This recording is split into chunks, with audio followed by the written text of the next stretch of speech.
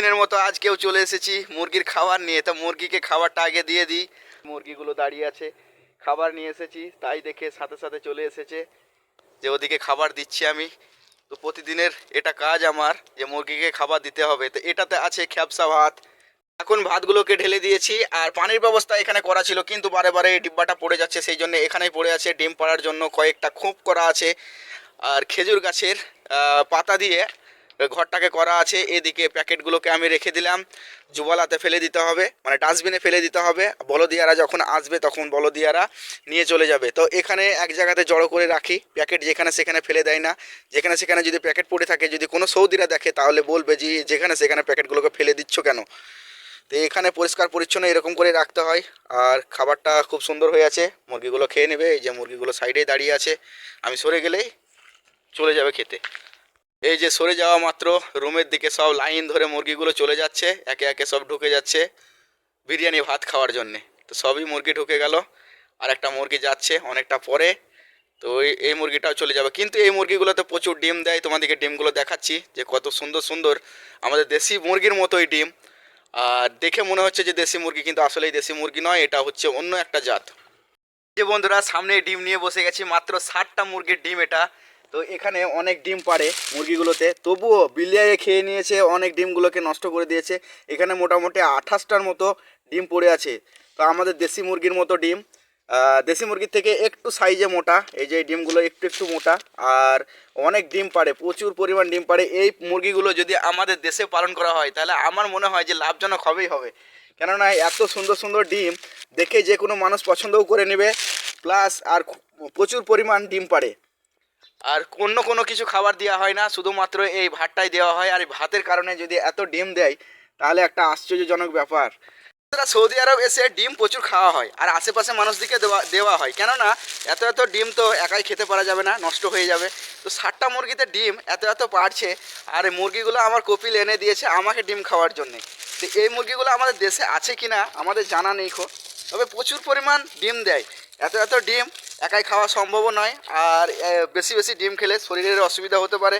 তাই যে কোনো জিনিস বেশি খেলে পরে অসুবিধা হতে পারে, সেই জন্যে আমি আশেপাশের মানুষদিকেও কিছু কিছু ডিম দিয়ে দিই, আর আমি নিজেও খাই।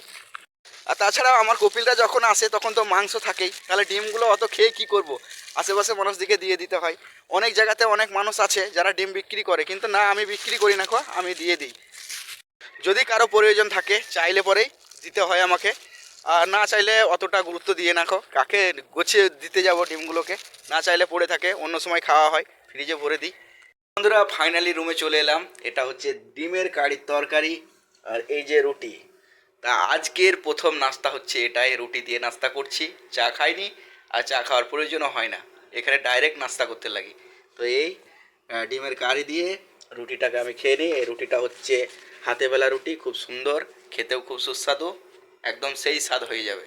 বন্ধুরা ফাইনালি নাস্তা করে নিলাম। এখন খুব একটা ভালো রোদ বেরোয়নি আজকে, আজকে একটু একটু রোদ বেরিয়েছে, কিন্তু রুমের ভিতরে তবুও ঠান্ডা লাগছে, তাই বাইরে দাঁড়িয়ে আছি। চারিদিকে দেখো এখন ফাঁকা আর ফাঁকা, কোনো মানুষজন নেই। এই সামনে বাড়িতে কাজ করছে, কিছুক্ষণ পর যাব, দেখবো ওদের সাথে, কিন্তু একটু রোদে বসে নিই, তারপরে দেখা যাচ্ছে কোথায় যাচ্ছি না যাচ্ছি, তোমাদেরকে দেখাতে কতটুকু পারছি। তো এরকম করে সময়গুলোকে কাটাতে হয়, অন্য কোনো আদার্স আর কোনো কাজ নেই আর কাজ না থাকলে তো এদিক ওদিক করে ঘুরে ঘুরে কাটাতেই হবে সময়টাকে। হ্যাঁ বন্ধুরা, চলে এলাম এবার বাংলাদেশি কিছু ভাইয়ের কাছে।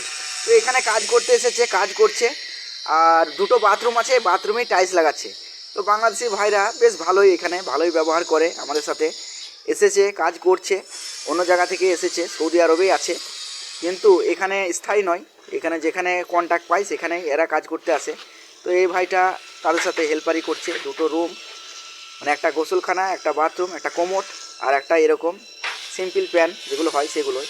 এদিকে কারেন্টের ব্যবস্থা করে রেখেছে, মাটির তলে তলে কারেন্ট চলে আসবে। ওই সাইডে মানুষজন কাজ করছে, এটা টিনের বাড়ি। তো এখানে সব কিছুই নতুনভাবে শুরু হচ্ছে, সেই জন্যেই বাথরুমটাকে আগেই ফিটিং করছে। আর তাছাড়া মানুষ আসা যাওয়া হচ্ছে না ওই জন্যেই বেশিরভাগ মানুষগুলো এখানে এসেই কাজ করছে, কোনো সময় পাকিস্তানি, কখনো বাংলাদেশি। টাঙ্কিটাকে ওপরে বসিয়ে রেখেছে, আর এই টাঙ্কির খুঁটিগুলো মরব্বা বলে আরবিতে। এখন বাজছে আড়াইটার সময়তে আমি খাওয়া দাওয়া করে একটু রুমে বসে থেকে বাইরের দিকে বেরিয়ে পড়লাম। আজকে রোদ বেরোয়নি খো, বিরক্ত লাগছে রুমে বসে থেকে থেকে সারা দিন বসে আছি, বাইরে বেরোচ্ছি তো ঠান্ডা লাগছে, ভিতরে বসে থাকছি তো ভালো লাগছে না খো। তো এরকম করে কতক্ষণ সময় কাটাবো, তাই বেরিয়ে পড়লাম আজকে রাস্তা দিকে একটু, যে দেখি রাস্তাঘাটগুলো তোমাদেরকেও দেখানো হবে, প্লাস আমার একটু ঘুরে বেড়াও হবে। কাজ থাকলে ভালো লাগতো, কিন্তু কাজ নেই খো, আর প্রবাস মানে জেলখানা, এক জায়গায় বসে থেকে থেকে সময় কাটছে না খো। তো এদিকে যখন পানি হয় তখন এই রাস্তার ধারে ধারে যে মাটিগুলো পড়ে আছে সেগুলো সব লালা হয়ে গেছে পানি হয়ে যাওয়ার কারণে। এই পাহাড় থেকে পুরো পানি নেমে চলে যায় এই নামদিকে, সেই জন্যেই অত পানির চাপে এই মাটিগুলো সবই লালা লালা হয়ে গেছে।